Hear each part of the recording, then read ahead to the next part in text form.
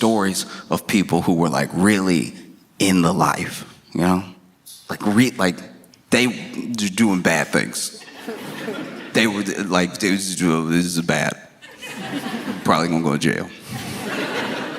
And I heard this story one time, this dude, everybody got locked up, but there was this trap house. In case you're not aware, a trap house is where illicit materials are sold. Sometimes you might say trap house, or there might be someone who's like, so booby traps? Like, is it the trap door situation? Like when you walk in, watch out for the wire, you're gonna fall down to the basement? No, I mean drugs. I mean the buying and selling of drugs. And so this trap house was known for being pretty busy. It had become so busy that they had bought some property, several blocks away and opened up another trap house. Business was booming. Things are going very well. Whenever you are selling so many drugs that you have to buy property, we are entering documentary territory. Most trap houses are really just dudes playing video games until somebody knocks on the door. Like, it's not a busy day, and you gotta stay at trap house the whole time because you don't know when someone might get the itch. And so they opened up another trap house, but this location was not as poppin' for some reason. They must have opened it in a bad neighborhood.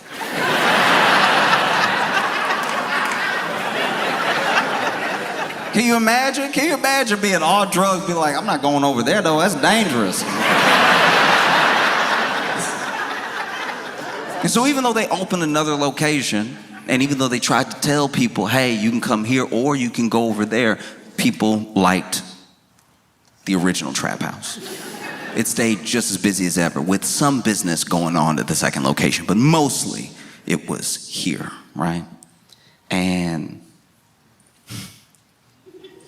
okay. Let's just call him Jerry, all right? And Jerry ran both trap houses.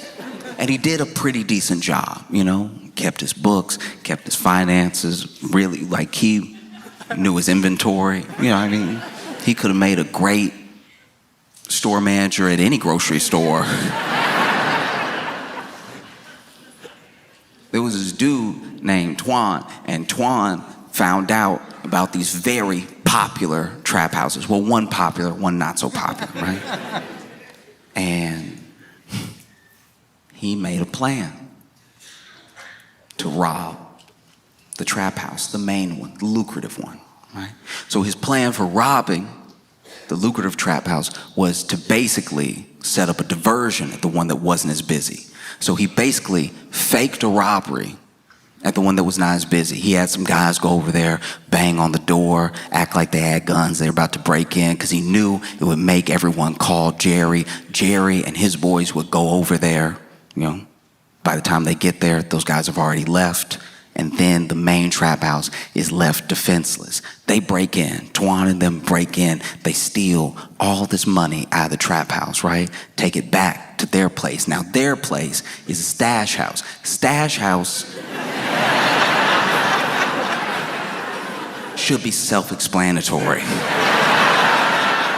If I've lost you at Stash House, I cannot help you. But the trap house has been robbed, everything's been taken back to the Stash House, okay? And then Twan and his boys thought they had made a killing. They were like, this is great. No one even knows that it was us, because they had planned it very well. They planned it all the way down to the detail of if those guys who did the fake robbery got caught, they wouldn't even know who hired them, right? But Jerry's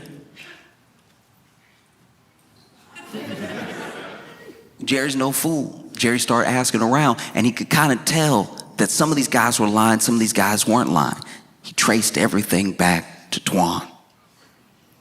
And so he set up a plan to rob Twan's stash house.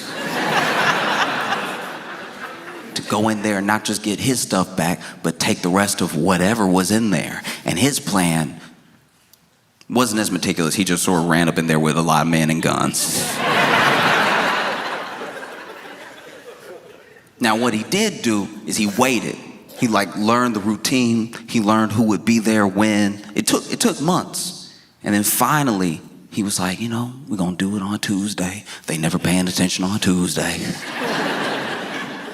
We're gonna run up in there. It's only gonna be like 5 of them. If it's 15 of us, I don't think we'll meet a lot of resistance. It's not like it's their money, it's Twan's money. And so that's what they did. They broke up in there, went ahead, zip-tied everybody, and took everything, which took several trips. The people at the stash house did have to watch themselves be robbed for quite a while. Imagine you over here, you're not gonna get away with this. Then you think they've left, they come back in the door. Left all this right here.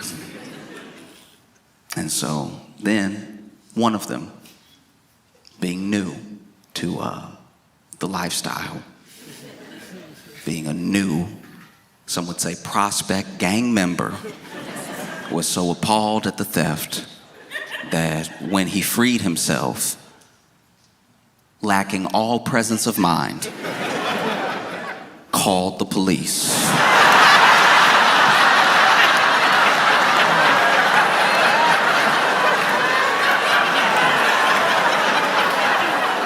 This man called the police. It was like they ran up in there, they had guns and everything.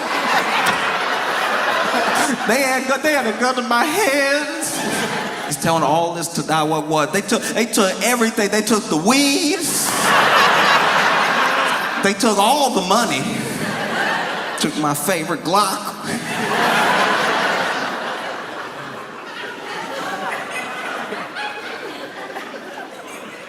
And, some people were duct taped and everything, duct taped over the mouth, zip tied behind everything. So when, as soon as he called 911, he started freeing everybody else. And as soon as he ripped that tape off, they're like, "What is wrong with you?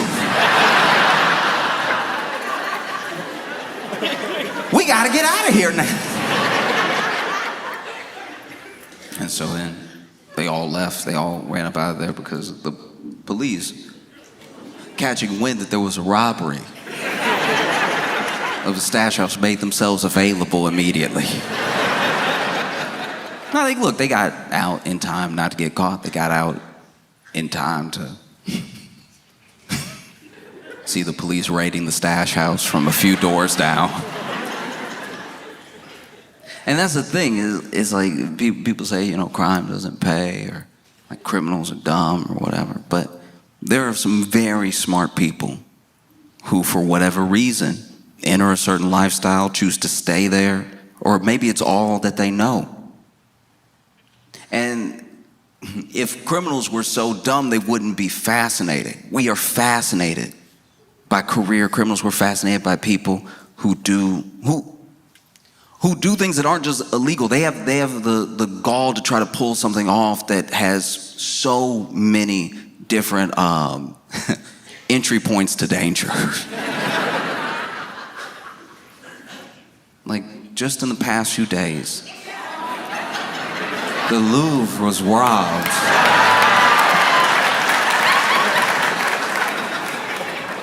And I have not been able to settle. This is amazing. Okay, so if you're not familiar with the Louvre or the Louvre or whatever,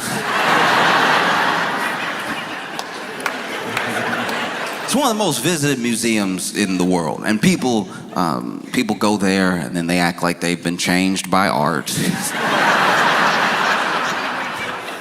And you ask them what they saw, they can't name anything or anybody. They were just like, "No, the Mona Lisa was there, looking unimpressed." Well, there were these robbers that broke in. And they broke in dressed as construction workers, right? They had actually rented this like powerlifting vehicle that had a ladder that would bring them up to the next level where they could cut in, because they brought tools to cut in through the window and enter that way. They didn't want to just come through the front. And it made sense that they were dressed as construction workers, as the Louvre is under construction. Permanently, I guess. It's always under. Why is Europe never finished? Europe always, all of Europe, always, unless you're out in the country, there's always like, oh, we gonna fix this road. We've been working on it since 1822. But that's y'all's fault. Y'all keep changing the roads. We just, right when we finished the cobblestone, y'all were like, no, it's asphalt now. And so look, they break in, and they break in with these power tools. They had like an angle grinder and everything. And that's when the alarms were going off and stuff. And then they get in through this museum window. And the part of the museum that they're in is where these rare crown jewels are being held, right? They didn't bother with the Mona Lisa. There was a crowd, there's a line. You'd never make it out. People be like, no, I want to see. And people keep, they keep criticizing the security. They keep criticizing the people that were doing security. But those people did approach them. They were like, hey, you don't. you better not. Because what is museum security really supposed to do? Let's be honest. Let's be real. If you work security in any format, they should arm you with as much as it takes to protect what's supposedly valuable. Think about this. When you see someone working for like Brinks, right? And they bring a Brinks truck to do a deposit for a bank. Let's say a whole grocery store is like, hey, we got like $250,000 that we need to transport over to the bank to make our deposit. The bank is like, don't worry, we'll send somebody. They hire Brinks. Brinks comes over. They have a truck. And not just a truck, like a bulletproof truck. And then they get two people. They get two people to make sure nobody knocks you over the head when you're trying to grab the bags and put them in the truck. They get two people, and not just two people, two of the biggest people you've ever seen. Like two people that are so big that it's like, you are the gun, right? And then I think they give them a gun. They always hold in their pocket. Maybe they don't have a gun, but it looks like they have a gun. And they don't give them cuffs because they don't plan on taking any prisoners.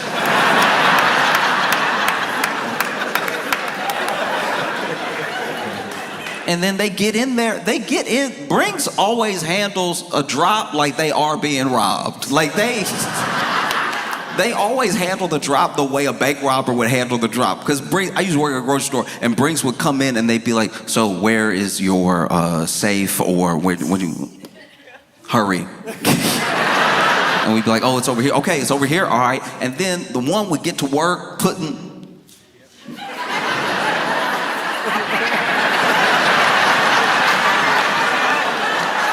the other one just watching us. I'm ringing people up. I'm putting more money in the till, and they were still like, but you might try anything. I don't know you. And then they would leave, and they'd leave all fast. And then they'd run into the truck, throw everything in the truck, and then they would always peel out a little bit, which made me uncomfortable. One time they came and did a pickup, and I was like, y'all sure that was Brinks? Because they were a little squirrely. But then for some reason, there are times where you're supposed to protect, or you're supposed to hold guard of something, and you're giving less and less resources as you do it. Like, you look at a Brinks security guard, and then you look at like a mall cop. They're like, you get one flashlight. I guess shine it in their eyes or something. If you hit somebody hard enough in the head with it, the glass will break. That's something. But nobody gets done dirtier. Nobody gets done dirtier than museum security. Museum security, not only do they give you nothing, no flashlight, they don't even give you a stapler to hit somebody with. They give you nothing. All they give you is a dress code. They're like, hey, just show up in all black, nobody will mess with you. You show up in a black shirt with a black suit jacket and some black pants and black shoes, people think you John Wick. They won't even approach any of the art. Because truly, what is a museum security guard supposed to do? I go to a lot of museums. I try to go to a museum in every city that I do a show, if I can, right? And I've been in these museums, beautiful art, and then you see, you get a little too close, and you see this thing go off, this like little, you don't even know where the alarm is, but like it'll just, that's the too close alarm. Because it's not like a real alarm, it's just annoying, and it's annoying, and it goes off until you back up. So if you're a pointer, I go to a lot of museums with pointers. Everyone I take to a museum love to point. It's like we all three again, and they're like, I like the flap. As soon as you hear, somebody works for the museum, comes over, black everything, with an attitude. Could you not? Ma'am, back up. They love that hair. Back up. Give it a little space. Let the art breathe.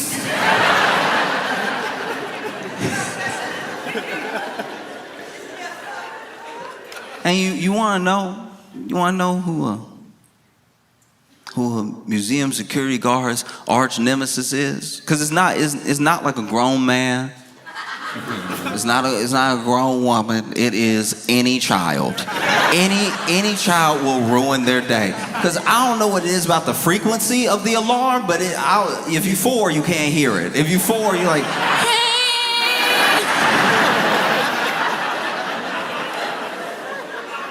I was at this museum one time. This security guard was in a true predicament because this child was out here touching everything. He was touching it to the point that it sounded like their alarm was going off to the tune of Mary Had a Little Lamb. And finally, the security guard started like chasing his child around, and not like really chasing him, not like Dennis the Menace chasing him, but just like following them around, hoping to maybe this kid's gonna go back up to their parents or something and be like, can you please hold your child's hand or something, because they've been touching everything. Got applesauce on everything. Because as a security guard, what are you gonna do? You can't grab this kid. You can't actually grab this. I know that sounds crazy to anybody who was born in any era before now. You have to kind of let this kid put applesauce on all the art, because if you touch this kid, you've committed murder. So if you snatch this kid and even hold their hand so you can find their parent, you are basically killing them. So you have to like let them kind of do it, but then follow them around, but then not touch them, but then make sure they don't touch anything. It would look terrible. And so finally, this security guard just started running interference on every item. This child was walking up, getting ready to touch a sculpture. Security guard get in there. No. Just trying to box him out of every room. And then finally, this kid, realized what was going on. Felt like it was a game. So this kid is like, oh, you want to play? I love to play. Playing's my favorite thing. Playing's basically my job. And so he running interference. There's a painting.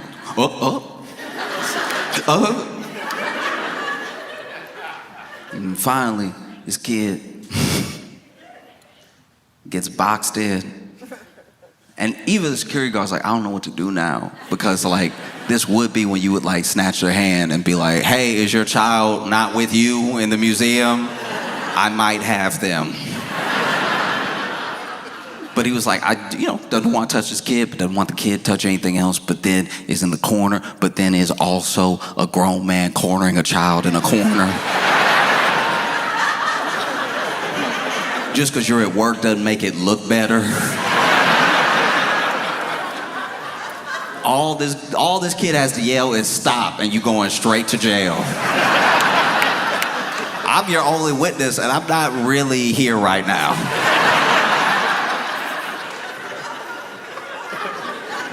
And so this kid boxed into the corner, and you can see the kids having fun. Kids over here.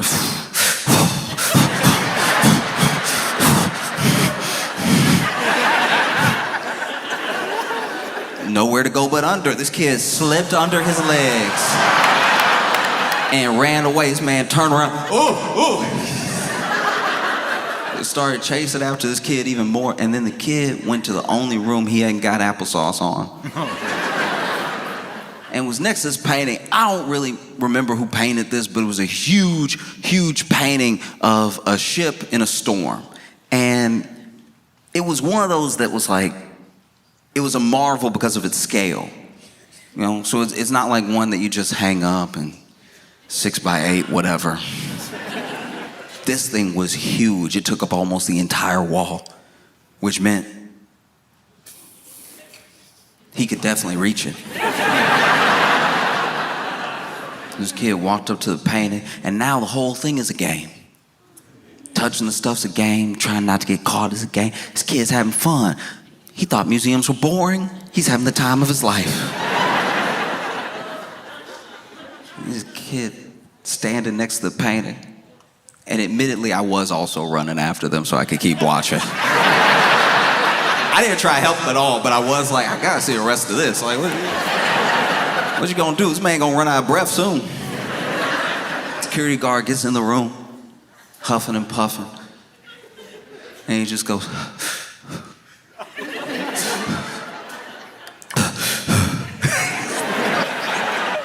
even the kid for a second was like, ooh, are you? I might have killed a grandpa. I don't even know. And then this kid goes in his pocket and lifts an applesauce covered finger. And I was like, it's been in his pocket the whole time. Children are disgusting. This kid been running around with a pocket full of applesauce this entire museum trip.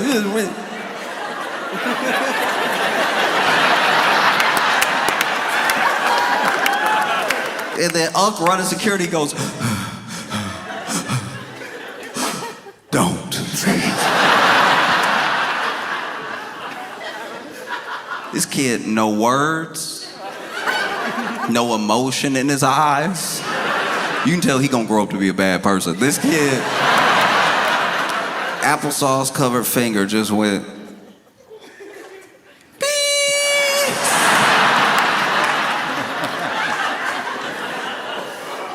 and so if a security guard is defenseless against a child, what do you expect them to do against actual robbers with angle rods that they just used to break into the second floor window?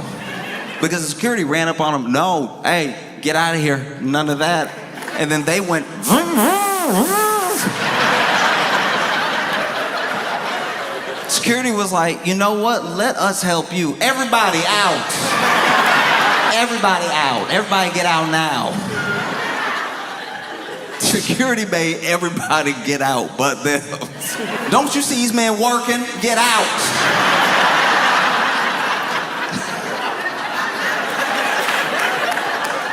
They over here on time crunch. And you over here, ooh, look at the jewels. Get out. In fact, there was a news report that cracked me up. I laughed so hard because the security report, there was this person who, I don't think they were like head of security for the Louvre or anything, but they were basically like, it is museum security's #1 job to make sure the people are safe, and that's what they did. They made sure the people were safe. I was like, you are changing the narrative right now, because anytime I got too close to a painting and I heard the and then I had somebody come over, it didn't seem like it was for my protection. You know what I mean? It wasn't like they were running up, hey, that one, that painting, that wakes up. Don't get close. Please.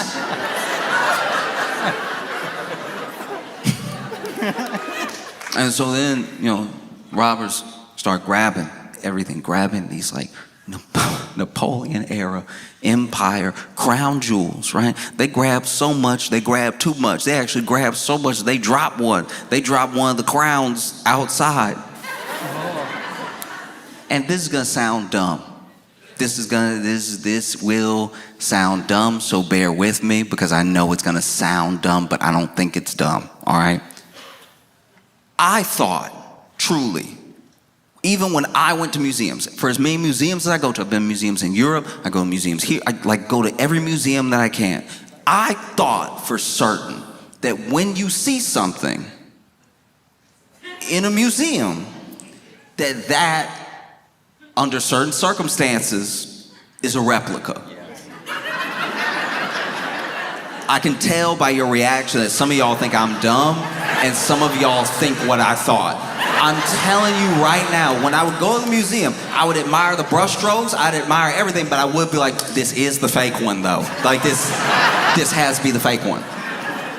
And I thought that because if you remember, right before 2020 and even after the pandemic, you would have activists that would go to museums. These, climate activists would go to museums and they just throw like tomato soup on supposedly priceless paintings, right? They would go up to like a Van Gogh and be like, blah, and then they glue themselves to the wall or something, and then they would be like, this is why we did this, and you will have to listen to me for as long as it takes to unsuperglue my hand from the wall.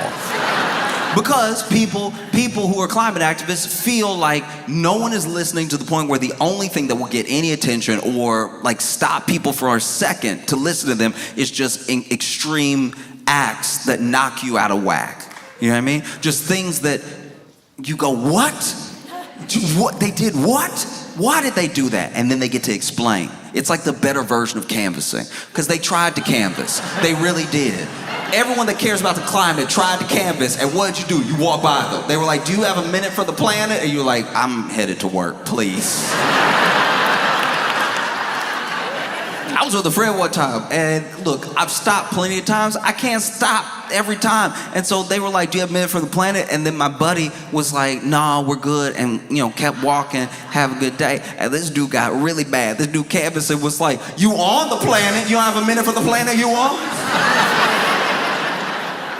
But that was happening a decent amount. There were these supposedly priceless paintings that were getting vandalized, people throwing Campbell's soup on them and everything. So then I was like, surely a museum would not allow Campbell's soup to get thrown on the real one, like the regular one, because the museum was always super chill about it. The museum, they would like throw tomato soup on a Van Gogh and the museum would be like, stuff happens, we gonna get it off.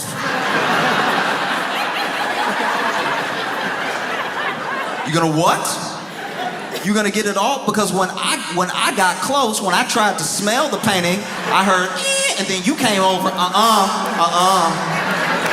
no smelling. It was get it off, no big deal. Or you would see things like I don't know about you, but the tomato soup that I eat got a little oil to it, and you throw it on oil painting, it seems like it might leave a stain. I have no idea. But then you would see the museum come out and be like, no permanent damage was done to the artwork. And I'm like, how? I've dropped suits that were clear on my hoodie before it had the stain forever. How's this 200-year-old acrylic painting fine? It must be a fake. I used to think that, look, if you go to a museum and you see just like you could touch it, that one can't be real. But if you go to a museum and it's behind glass, that's the real one because they bothered to protect it. Why are you just bothering to protect some pieces? That doesn't make sense to me. So then in my head, I was like, those aren't the jewels. You know what I mean? That's just colored glass. These people so stupid, they ran up in there and risked their freedom for some colored glass. And then the French government came out and said, priceless items have been stolen from the Louvre. And I was like, that's the real jewels? Y'all didn't run any armed security around the real crown jewels?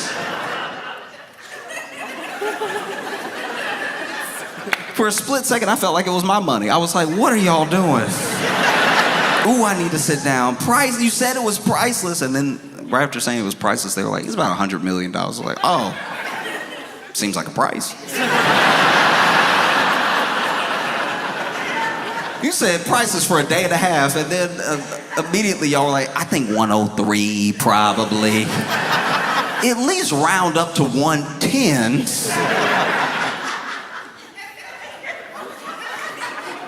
And then, in my opinion, museum handled it wrong. You know, they were over here freaking out. Everybody, the French government, they got everybody on it. They got like their version of the FBI. They have the local police. They have everybody on it. They plastered all the jewels that were missing all over international news and everything. If I was trying to save face, let's say I was head of museum security, I was trying to save face, I would come out to the public immediately after the robbery and be like, y'all, that was Banksy. Y'all know Banksy played too much.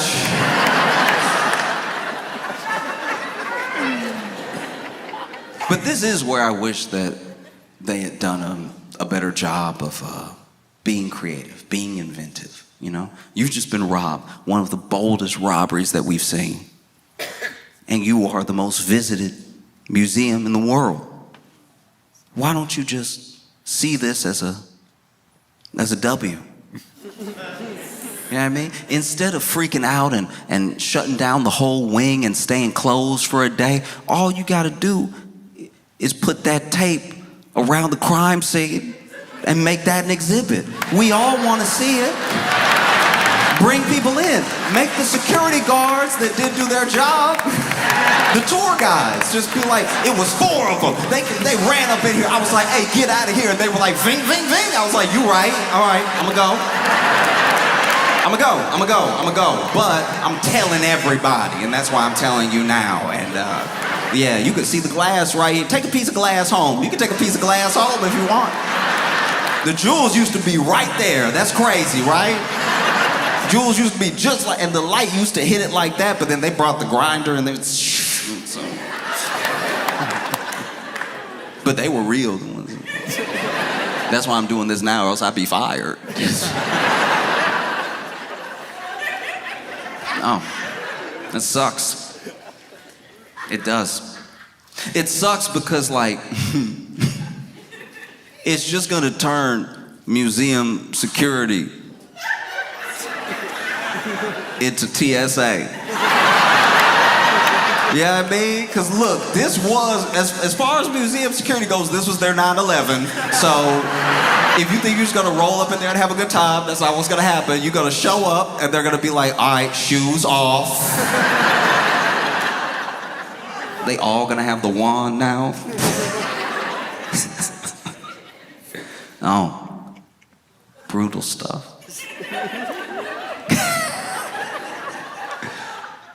You're gonna walk into your local museum. You're not even in France. But there's gonna be that security guard, takes his job extra serious, and be like, you're not gonna get me, not today. Pants down, pants down. No, I got a check. You could have anything in there. You could have an angle grinder in your pants or something. You know, we have some very expensive cups here.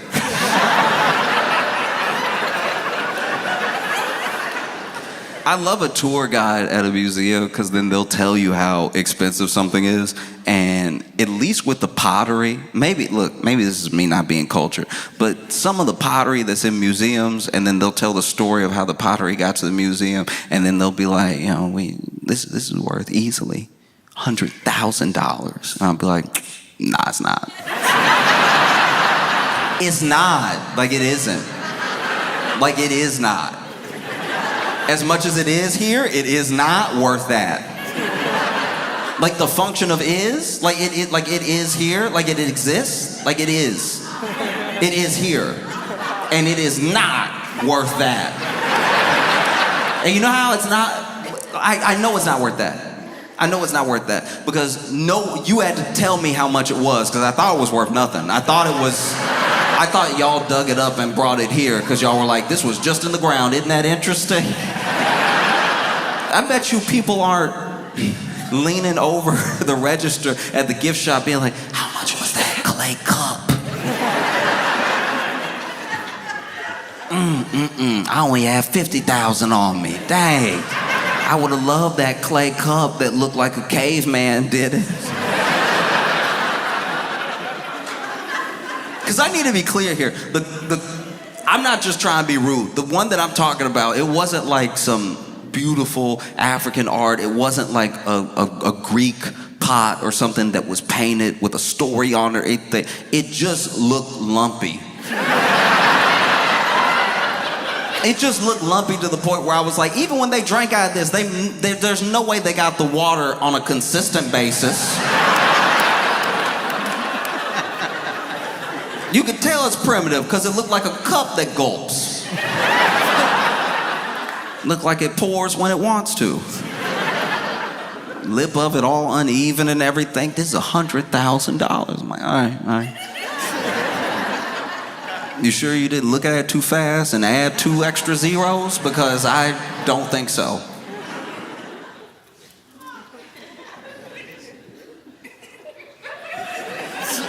There was a guy. There was a really rich guy, apparently. I don't know. I don't know him, but everybody was saying how rich he was. And he got on the Instagram to actually physically cry about the crown jewels being stolen. And he gave this whole speech about how, like, the robbers, because there's this assumption that the robbers aren't gonna be able to just sell the jewels they stole as is. There are plenty of people in the world that would pay the money it would take to sell them just as is, and maybe they just keep it and only they know they have it. But art collectors usually like to show off their collection, and so they can't tell anybody. So it's better just go ahead and maybe melt it down, sell the jewels. The jewels themselves are still very expensive. In fact, you'll see where throughout history pieces have been stolen. Mona Lisa was stolen before. Pieces sometimes get stolen, but unless you can sell it to someone, what's it really worth? And so there's speculation that already these jewels have been melted down and being sold for parts, or maybe pieces are being sold that might not be able to be traced back to the complete set. And this guy got on social and he was just crying. Dude had to be in his like 50s, something like that, and he was like,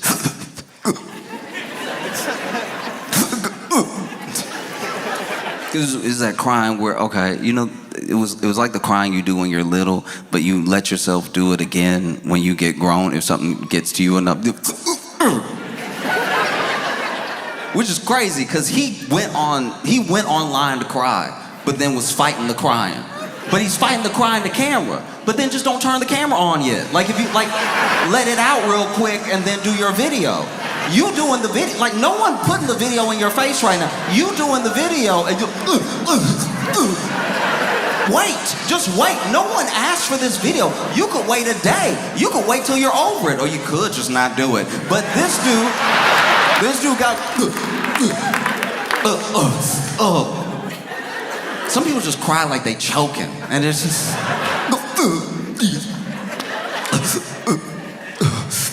And then he said a bunch of stuff, and he did say it in French, and I don't speak French, so I'm gonna paraphrase from what everybody said he was saying. But I know he said some of this because a lot of people said he said it, and then I know there's some of it that might be like editorialized on what he said, because I don't know if he said that because I don't speak any French. But and then also he didn't even say what he said in French well, because he was crying through the whole thing.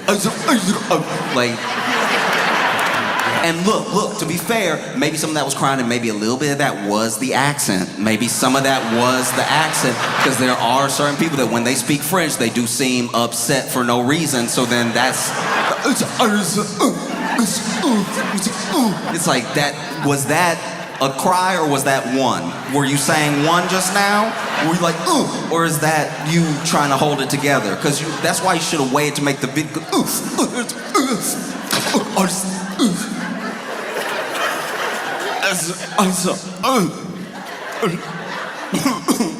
That's a cry. That was not French. That one.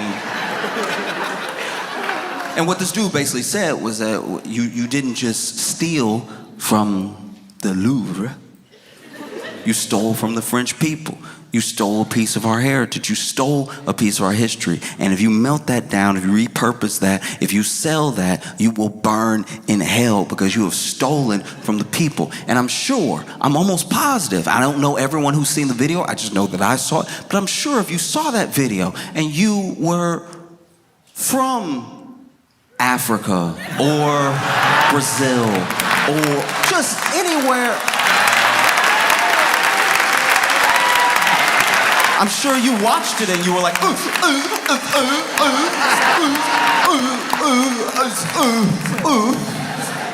oh no. Someone stole a piece of your heritage? What are you gonna do?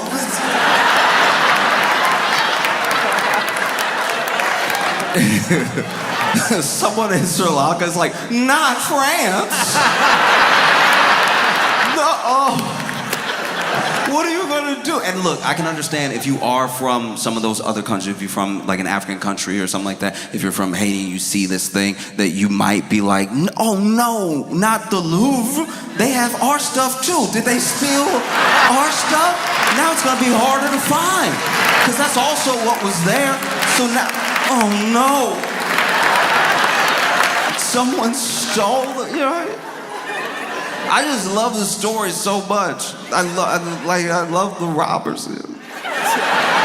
Cause look, because they even showed up. They weren't just dressed in a construction outfit. They had on the, you know what I mean, the thing, mask and top and bottom. You know, they were wearing the baklava.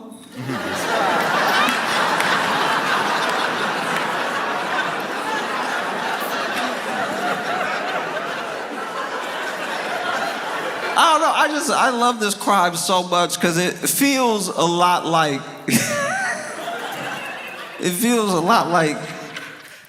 somebody that runs a trap house robbing a stash house, and then the person from the stash house is like, we gotta call the police. I can't believe somebody would steal from us. This is unacceptable behavior. We stole all this stuff fair and square. This was ours. And then they took it from us in an act of injustice.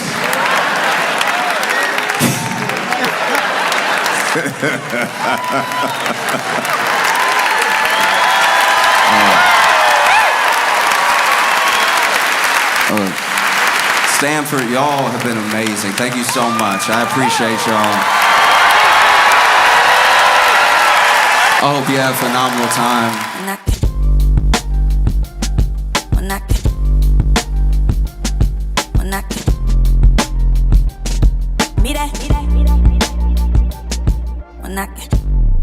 Please make it loud for Josh Johnson!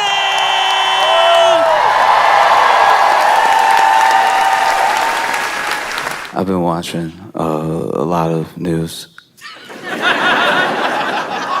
Which usually, it's not great. Every once in a while, something will happen that you're like, that's okay. I'll let that slide. It'll be bad news, but it's bad news that you can like live with, you know? Like there's one particular squirrel that's been attacking a bunch of people, and it's like really getting them. It's like, the news came. You know how much a squirrel has a scratch? You know how deep it has to get to be newsworthy? Like, the news came and interviewed all these people. So far, he's got like 2 victims. Both people are like, he came right at me. But mostly is bad in a bigger way. Do you know what I mean? Like, okay, this is, I guess, what bothers me the most is that it's who they interview as well. When you're watching the news, you end up watching a lot of rich people, but they won't have anything to do with what's happening, really. So why are you asking what he thinks? He does have money, yes, but like he wasn't even there. That's weird. And then sometimes the news will be about them because they're rich and they're moving money around. And we've done a thing now where we've equated being rich with being important. Because obviously money has power, it can bring you influence, but then at a certain point you have to just accept that, like, yes, they have money, they don't know anything else. Do you know what I mean? Like, and I mean that from a place of like, we have equated having money with being really smart. You must be really smart if you got the money. Because you must be brilliant if you have lots of money, because it's the only way you can get money. Dude, I'm just saying, that's how they teach it. They're like, man, this guy was really smart. He had all the money. I'm sure he came about it by completely legal and ethical means, but like he has all this money, so he's probably really smart. We should just listen to him. And it's like, if that was how you got money, then yes, but it isn't. There's so many different ways to get money. Some people had an idea, they invented something, and then a lot of people were like, that's a great idea. We're glad you invented that. And then they buy so much of it that now this person is rich. Or you write a book. You write a book. You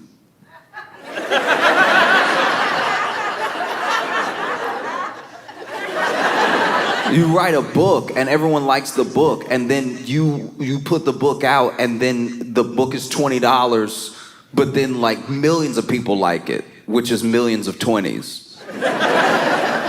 Even after taxes, that's still millions of 20s. So now you're rich, but you wrote a book. You don't know about anything but the book you wrote. But somehow every time we watch them in the news, we watch them in culture, we're like listening to them for an opinion that is not the thing that got them rich. Do you know what I mean? And that's something that feels crazier by the day, because crazier and crazier people keep getting rich. Do you know what I mean? Like, here's the thing. Okay, like someone like a William Randolph Hearst, right? Like someone who's like old rich, like black and white rich. Remember that? Just in the no color pictures of them rich. You know what I'm talking about? You can't find a single color picture. If there's them in color, that's AI, because they were before color. So then people who were rich before colors came out,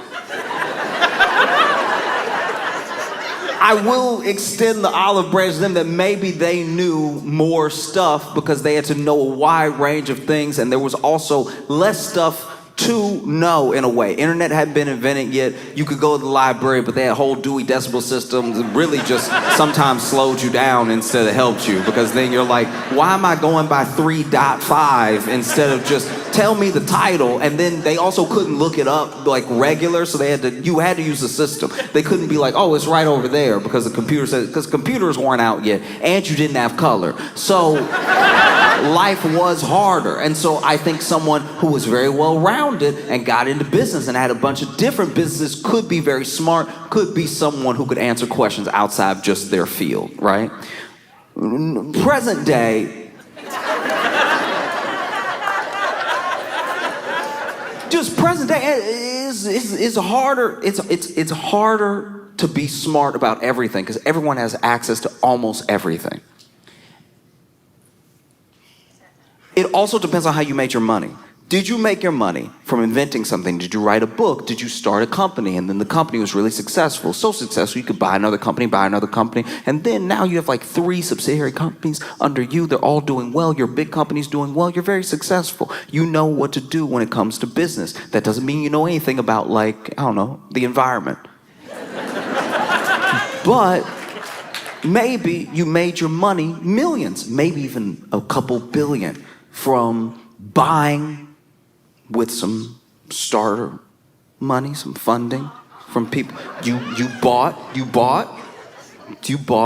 like a pharmaceutical company, and this pharmaceutical company didn't really do anything, and none of the drugs really worked, but you told everybody that they did. You told everybody that they did. You told everybody in a level that kind of made you like a snake oil salesman, like, oh, it's gonna come out soon and it's gonna fix everything. And then people were like, it's gonna fix everything? That's crazy. Almost nobody ever says that, because that's pretty illegal to tell people something's gonna do something, that's fraud. So for you to be like doing fraud on the news with your full chest, your company must really do that. And so then you get more investors, you keep doing rounds of, investing, you build up the company, and then it gets to the point where you're like ready to go public with nothing really. You don't even really have a company, and the drugs don't work.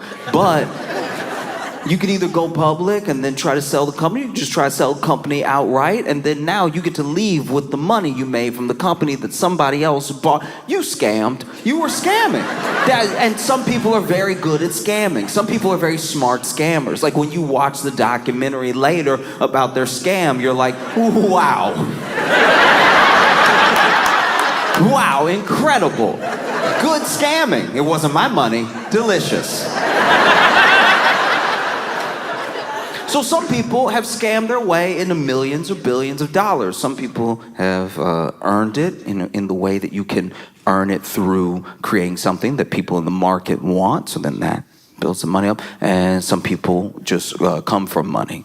Some people already had money, but you just didn't know who they were because like their parents had sense enough not to try to be famous. So then they passed them a whole bunch of money, and then they showed up one day and they were like, I'm money. And then it's like, oh, okay, did he make all that money to just have money out of nowhere like that? It's like, no, he's actually really rich. And then you get what we have, Like I had a friend who was talking to me about Elon and was saying he's like this like super genius. He's like this super nerd genius. And I was like, oh, what makes you say that? Like what? Like why would you say that or something like it? Like what makes you think? Like, what makes you think he's a super genius? I'm just curious, right? I wasn't even hating. I was just genuinely like, what makes you say that? And he's like, just, like Tesla and everything that he's trying to do with Mars and stuff. And I'm like, oh, okay. I mean, plenty of people try to go to Mars. And that's actually pretty common. I know plenty of people who smoke up on a Friday thinking they can make it to Mars. And some of them go. Some of them have been there. I have been in rooms with people so high out of their mind that you're like, you at least at Venus. There is no way. You stopped it. Okay. All right. Oh, I was trying. And trying is important. Everyone, look, if you have a dream, you should try. I want that for everybody. But trying isn't doing. He's not doing Mars. He's trying to go to Mars. He's trying to go to Mars. Also, Tesla, I'm pretty sure he bought that company, so he's smart enough to buy. He's smart enough to like use his money to buy something. I don't know if that makes you a super genius. So you can only equate like money with wisdom or being intellectual for so long before the bill sort of comes due. If you're so smart, what are you going to do with it? If the answer is just make more money, then like we don't need you. You know what I mean?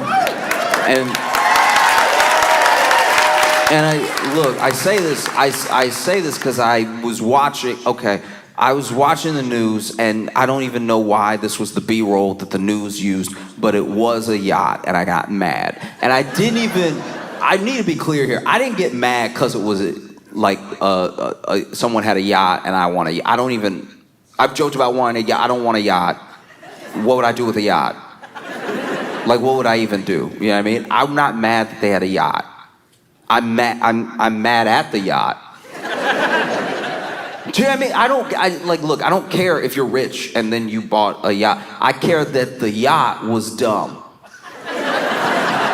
This is a dumb yacht. This was, I think it was like $50 million, something like that, but it's a $50 million already. $50 million on a boat. That's like technically not a boat, it's a yacht, but it's a boat. It still does boat. It's a boat. It's a boat. You need to be in water for it to do its job. It's a boat, and $50 million. And then the boat had a pool. The yacht had a pool. So you basically spent $50 million on a bucket. It's a bucket. It's a bucket in the water. That's crazy. That's so dumb. That's why you shouldn't have the money. It's not even for like a more. I wish I was coming to you for like a moral reason of like, I can't believe it. I can't believe someone would spend $50 million on a yacht while there are people starving in their country. I'm not even trying to appeal to you like your morality or anything. I'm saying that if you spend $50 million on a boat with a pool in it, you're in the water. You're in the water. The water's here. The water. You're surrounded by water, and you're like, no, but I don't want that water. That's why you should have nothing. Actually, that's why I hope for nothing for you, because to need a pool, you're in the water. If you fell overboard, you'd be able to swim. You want to go for a swim? Just tip over. You'll be swimming. And instead, you had a pool put on a boat. You had a pool installed on a boat. You had different water in your boat with the water surrounded. That is an I don't want to get up to get the remote level of lazy to swim. I could fall overboard and swim and maybe drown, or I could have a pool. I could have a pool and swim in that and maybe drown, and maybe and maybe you will, and maybe I hope you do. Like it's a pool on a boat. Sounds like a riddle.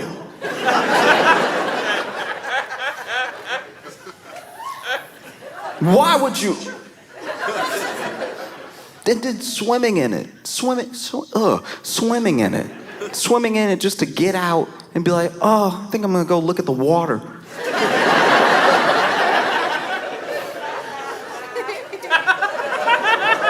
A yacht with an infinity pool on it. A yacht with an infinity pool. You know what else is an infinity pool? You know the original infinity pool? You know the first infinity pool? It was a pool so big, people thought there was an edge and you would fall off. That's how big the actual infinity pool was that you're in right now, but you wanted your own. And then on the yacht, this thing will be like $50 million. And then they'll give you a little tour of the yacht. I've watched a tour of a yacht before, because sometimes I hate watch things, because sometimes I have a lot of like hate in my heart, and you would think the only way to get hate out is with love, but sometimes it is with an overwhelming portion of hate. Like when you actually indulge in the hate, and then you have so much hate that it is spilling out of you, and then you look at all the hate on the floor and you're like, that was too much, let me not do that again. But for the level of hate that I had, I did watch a whole like Lifestyles of Rich and Famous type thing, let me tour my yacht, right? And so the whole time they were touring the yacht, he was showing me basically an apartment, which is kind of cool, but it's only cool because it's a yacht.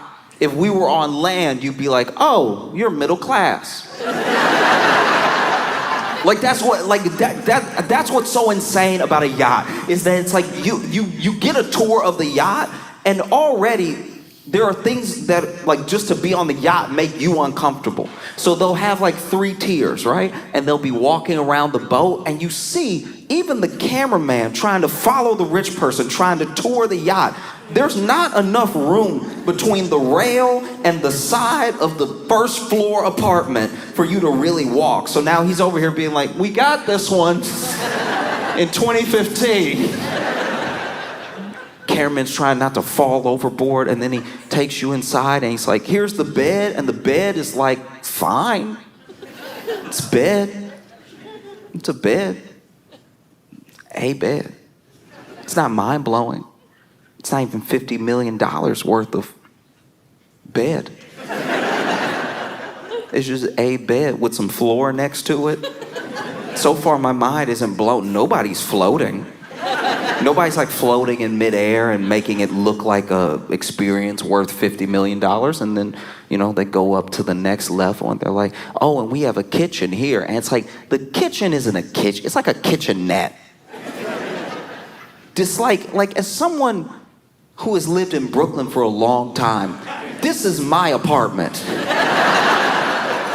Maybe that's also why I'm upset. You put my apartment on a boat and then paid $50 million for it, and we're supposed to think that you're smart. No. Why? No, like, you know what I mean? Like, it's also like you're giving yourself away. You already are willing to buy a $50 million yacht while there are people struggling in every country in the world. It really doesn't matter where you're from. And I'm not even telling you what to do with your money. I'm just saying, just know that about yourself, that you're willing to buy a $50 million yacht and show it off as people are struggling in your country, whoever you are, whatever country this is. If you know, right? But then to be like, oh no, I'm just gonna be in international waters for like a kitchenette amount of time. All right, that sounds like crime. That sounds like... You kind of admitted to me that whatever you plan to do something illegal. You're like, no, I'm gonna need a lot of supplies and a kitchenette. And I don't even know why I got mad about this, but they had a shower, but the shower wasn't like a shower. It wasn't, you know what I mean? Like, you've been in a nice hotel room with a shower, and you've been like, oh, this is great. And you could, the shower looked a little like prison. You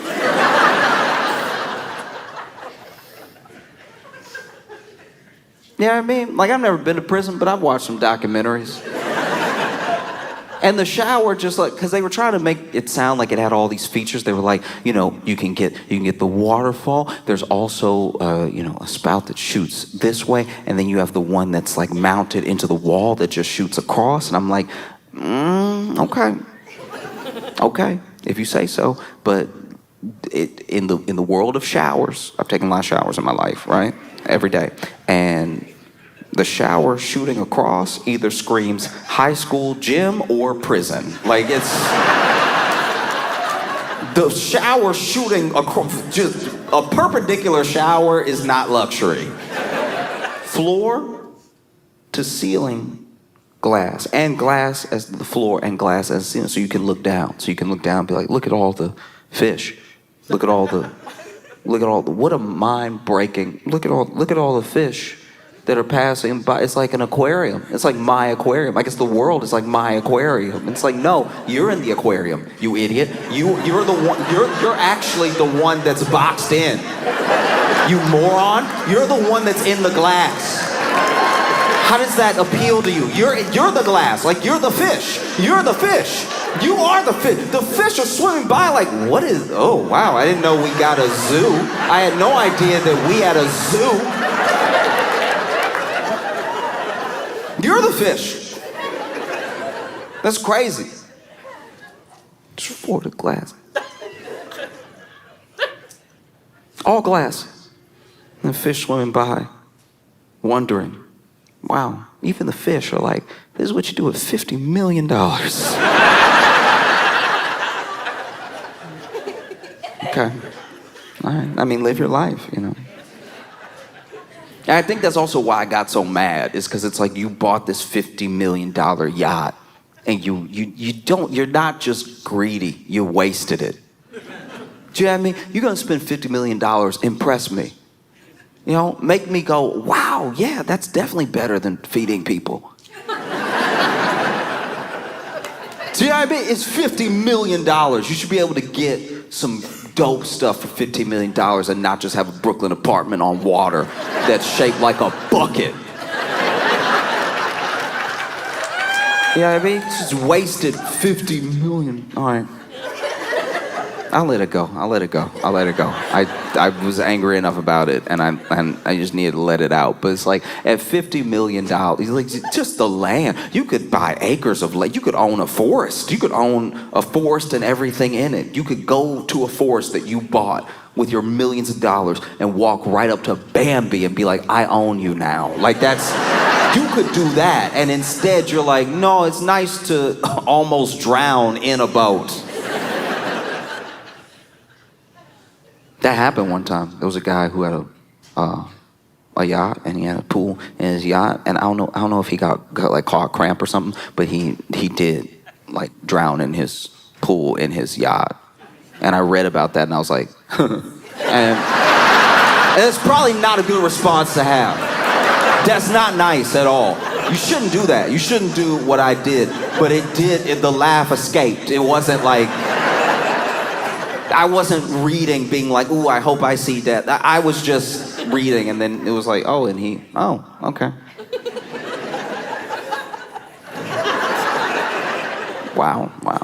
Because it's just, it happened, I think, because we became so genuinely obsessed with money. Like, the U.S., America, we start out as a sort of land of opportunity. People would come here for a fresh start. Usually, it was like a fresh start. It wasn't actually like this land. We have like a money-hungry revisionist history of why people came here. There were people that came here because of religious persecution and for like a fresh start. Because you could get off a boat and just tell them your name was Larry and they'd be like, all right, and then they'd write it down.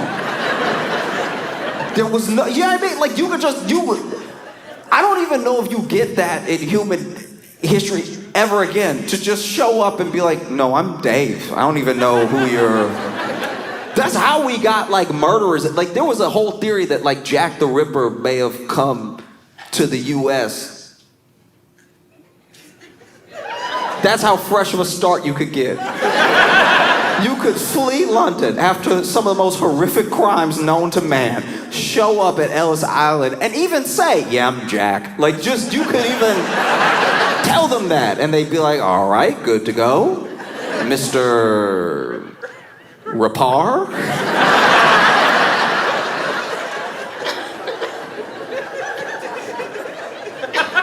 And people would do their best and people would try to build themselves up in spite of all different types of persecution, because that was a time in America where like white wasn't even white yet. That is crazy, right? White was not, if you were Irish, it was like, you're what? You know what I mean? Like it was, like I've been reading about it in history. Italian, you would be Italian, they'd be like, oh. I don't even know who was white. Looking back at it, it's like, I guess if you were British, but then if you were too British, they were like, I don't think you're loyal to this country. You accent all thick.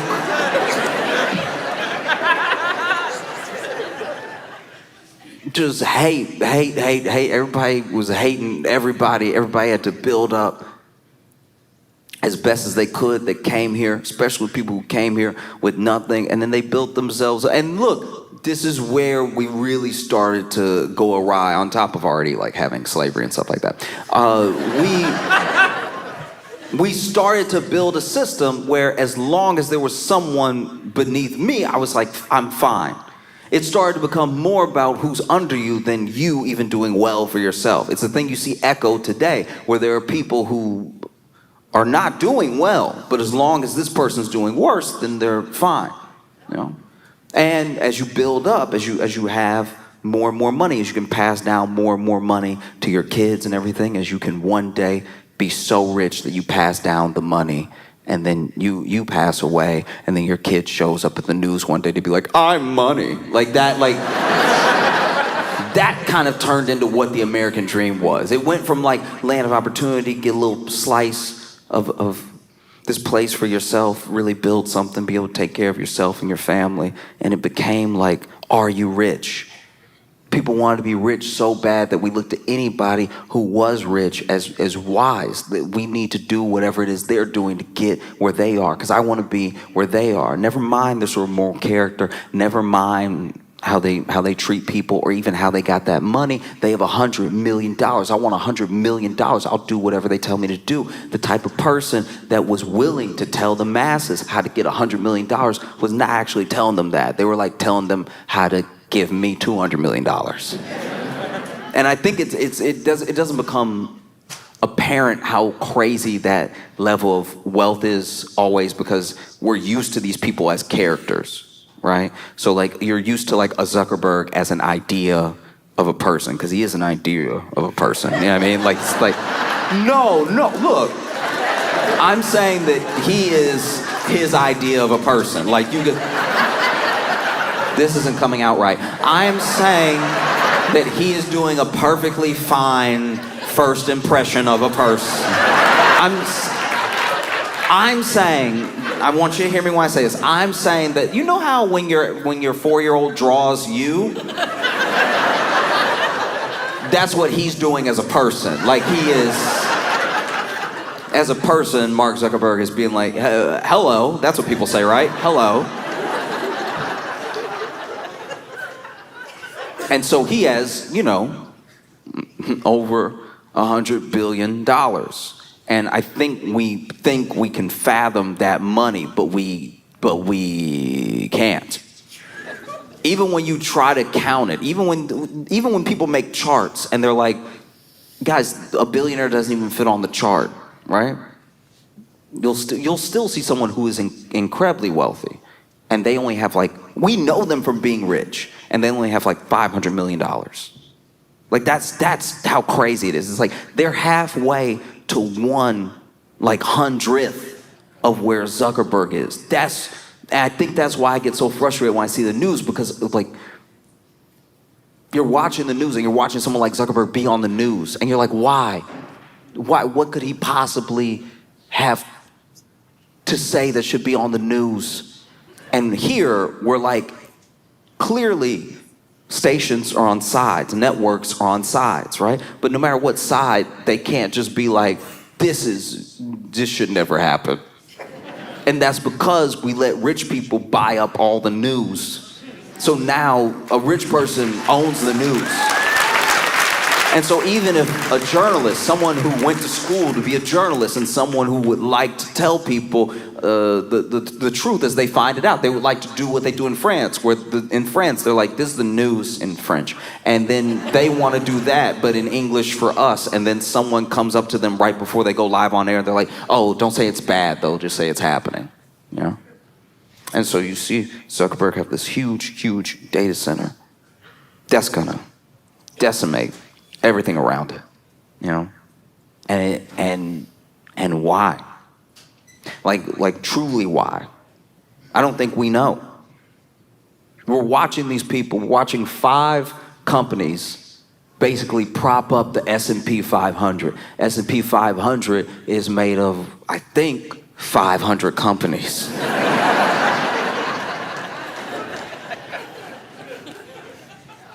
Make no mistake, without those 5 companies, the market would be correcting. It would be wherever it is supposed to be because of how the other companies are doing, which is how most companies are doing, which means it's how most of America is doing.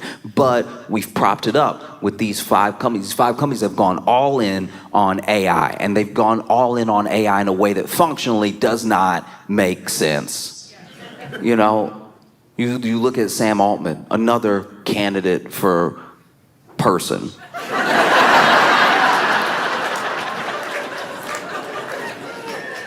You know what I mean? Like Sam Altman only looks confused when you ask him a moral question. No, it's crazy. It's crazy. Look, all right, I shouldn't even really talk about this, but it was wild. I watched Tucker Carlson interview Sam Altman, and Tucker Carlson kind of implied, he was like, hey, there was that OpenAI whistleblower who basically said that y'all were violating copyright law and stealing a bunch of information and everything, and then he died mysteriously. What do you think about that?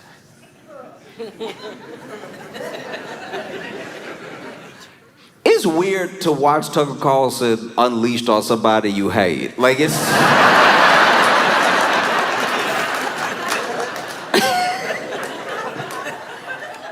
It's like when the bulldog that you've been scared of in your neighborhood your whole life finally bites your bully. You're kind of like...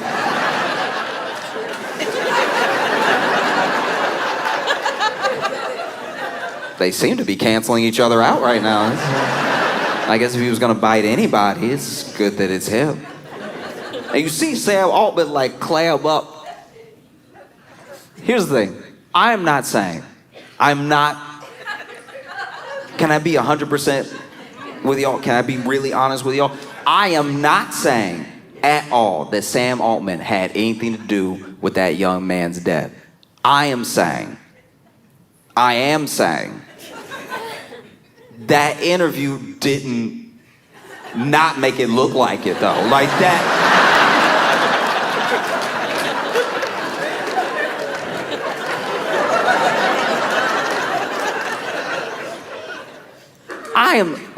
I try my best not to judge people because sometimes I don't even know what I'm gonna react like or do next in a certain scenario, right?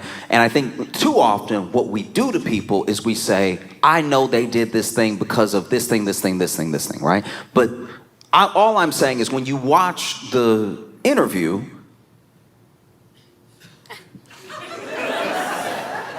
here's the thing. If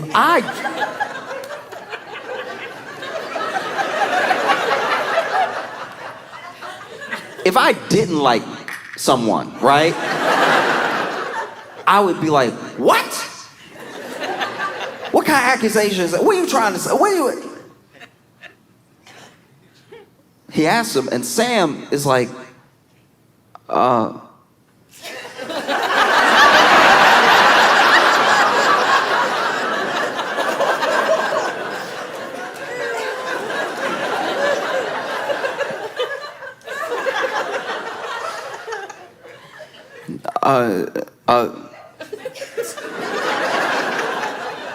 better start saying words soon.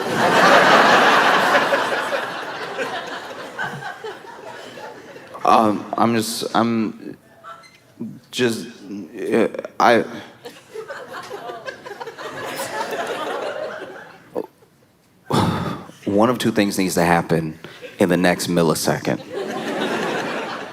Either you need to start saying, profusely that you had nothing to do with this and everything, like you need to really stake your claim that like you had nothing to do with this and you're maybe even very upset by the line of questioning or something. Or if you are a robot, now would be a good time for your face to like open up like Men in Black style and have like a little alien be like, how dare you, right? Like that would be great.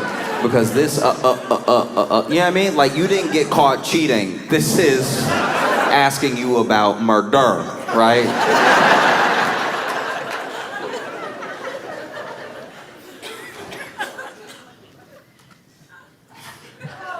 No. None of that. Just a lot of like, it was very sad and we, actually, no,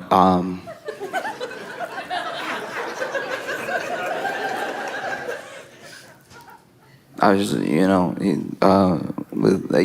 just, it's just, I don't even know how to react because I've never been accused. And then Tucker quickly goes, I'm not accusing you of anything. Get out, Tucker be like, I'm not, hey. Tucker act like he on a roller coaster at his own interview. What? What?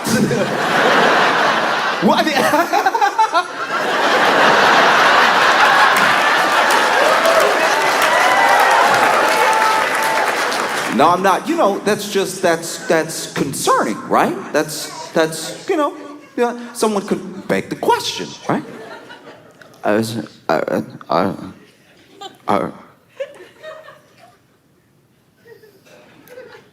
And then, look, to be fair, I didn't watch the entire interview. Maybe he came out with a very convincing answer 20 minutes later. But the substantial portion that I watched didn't look great.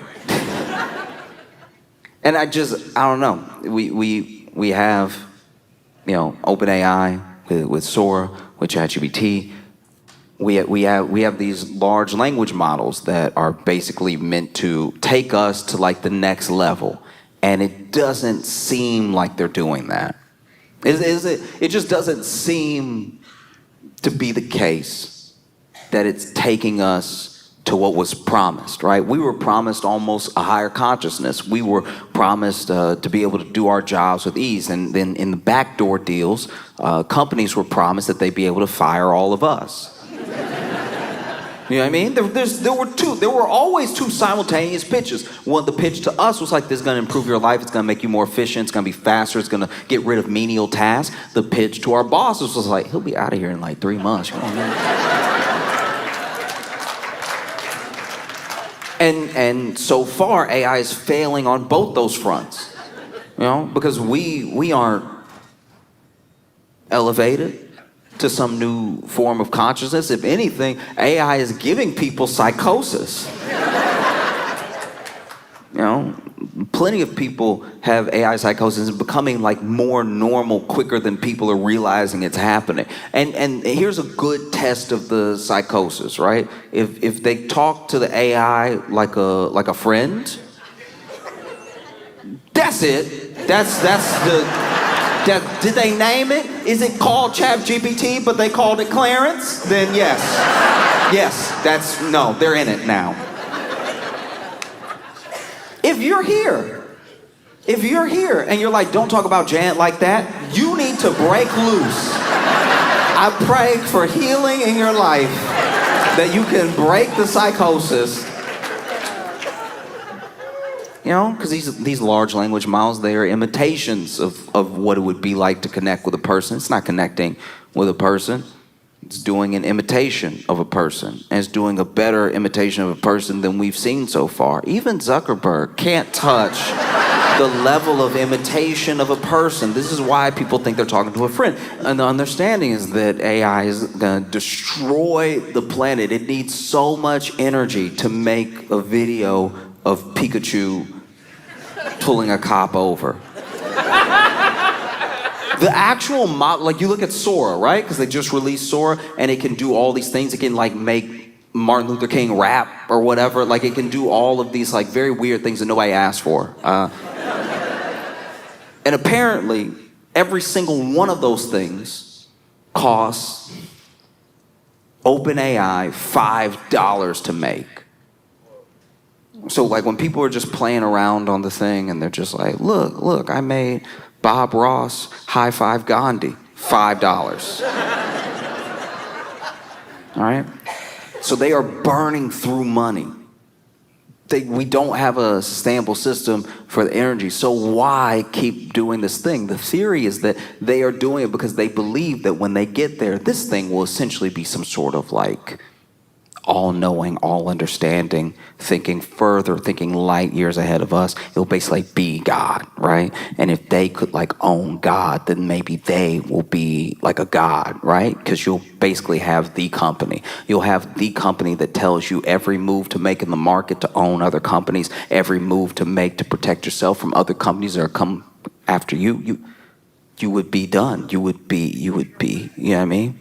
And that's that's terrifying. That's a terrifying idea, that not only that someone would want that, but that they would barrel towards it at the risk of burning up the planet, of taking up all of the water, like it's an insatiable need for like power, for control, for influence. And then you watch the news and you see that these same people, these people that don't even know how to act like people, spend millions of dollars on a yacht that is basically a bucket. It's a bucket. It is.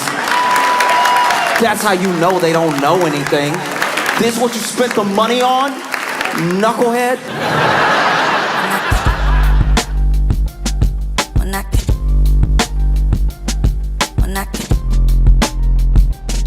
Mira.